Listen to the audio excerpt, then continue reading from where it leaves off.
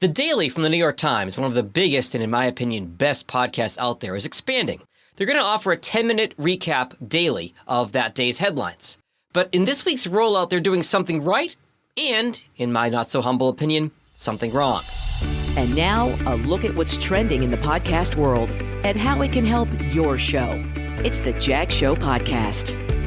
Here's what the Times is doing right. They're promoting the show on their flagship podcast. The best way to grow your show is by targeting other podcast listeners. It's the old fish where the fish are mentality. By doing a promo swap with another show in your space, you can grow both audiences. Also, think about the actual UX or user experience. It's much easier to find another podcast when you're already in a podcast app like Apple or Spotify than having to click over from Twitter, Facebook, or another social app. But speaking of podcast apps, here's where the Times gets it wrong.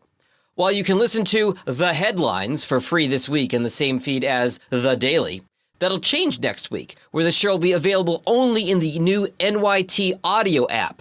Clearly, this is an attempt to drum up some revenue. But I don't know who's going to pay $6.99 a month or $24.99 after the first year to get the day's headlines in podcast form when you can just as easily get the same headlines from NPR, ABC News, or any other competitor for free on Apple, Spotify, Stitcher, Amazon Music, etc.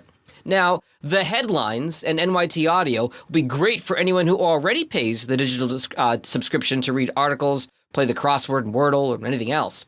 And maybe you can justify this by being the final piece that grabs someone on the fence about subscribing anyway. But this is the big mistake that podcasters are making. Just look at TV. Do you really want to be paying for Netflix, Hulu, HBO Max, Max, and Apple TV? No, that adds up. Yes, I keep Netflix for my parents, but I'll be dumping HBO when Succession ends, and Apple TV goes away when Ted Lasso finishes up.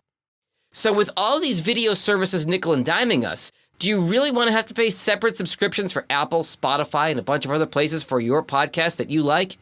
In my opinion, this is a short-sighted money grab on podcasters' part. And unless your show is so good that people are willing to spend money on it, like Succession and Ted Lasso, it won't work in the long term. Would I pay for The Daily? Maybe, but probably not, as I don't listen to it when I'm busy. Would I pay for 10 minutes of headlines I can get anywhere? Absolutely not. Podcast revenue is up year over year, but you won't make any money selling ads on your shows until you spend a good year, or even 2 or 3, building your audience, unless, of course, you're uber famous to start with. So don't cannibalize yourself by limiting where your show is available. As always, thanks for listening, and if you have any questions at all about podcasts, you can find me at jagindetroit.com. Later! The most popular ways to grow a podcast are recommendations of friends and family.